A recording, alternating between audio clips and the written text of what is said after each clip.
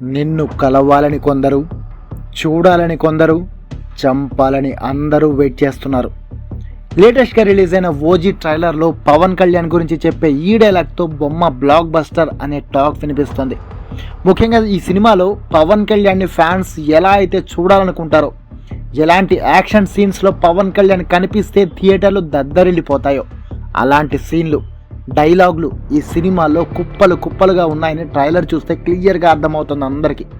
అంతేకాకుండా మూవీ స్టోరీని కూడా దాదాపు ట్రైలర్లోనే చెప్పేశాడు డైరెక్టర్ సుజిత్.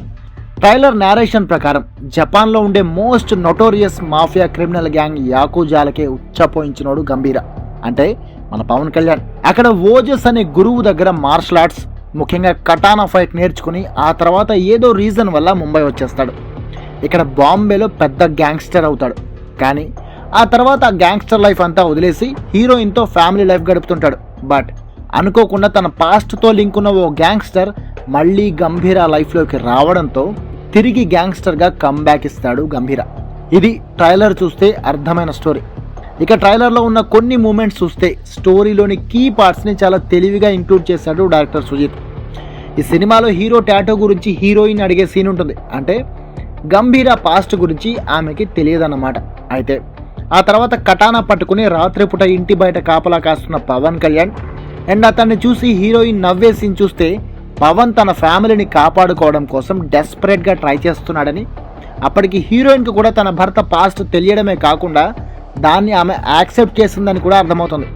కానీ ఆ నెక్స్ట్ సీన్లోనే ఓమి అంటే ఇమ్రాన్ హష్మీ ఓ కాలిపోతున్న బిల్డింగ్ మధ్యలో నిలబడి ఫోన్ రిసీవర్ లిఫ్ట్ చేయగానే అవతల నుంచి పవన్ కళ్యాణ్ బాంబే వస్తున్నా అని చెప్పడం చూస్తే పాత బాకీ తీర్చుకోవడానికి అండ్ ఓమికి ఎండ్ కార్డు వేయడానికి పవన్ కళ్యాణ్ మళ్ళీ ముంబై వెళ్తాడన్నమాట.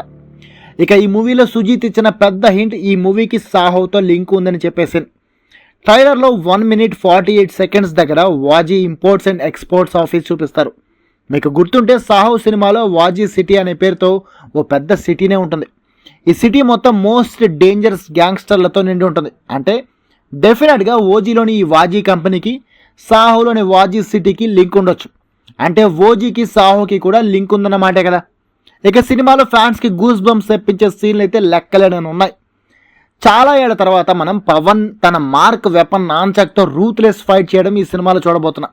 అలాగే పోలీస్ స్టేషన్లో ఫైట్, విలన్ డెన్లోకి దూరి ఊచ కోత కోసే ఫైట్తో పాటు చివర్లో పబ్జీ గేమ్లో ఉండే డీపీ గన్తో విలన్లపై బుల్లెట్ల వర్షం కురిపించి ఓజస్ గంభీర కొడకల్లారా అంటూ పవన్ పవర్ఫుల్ డైలాగ్ చెప్పే సీన్ ఖచ్చితంగా థియేటర్లో జనాల్ని సీట్లో కూర్చొనివ్వదు.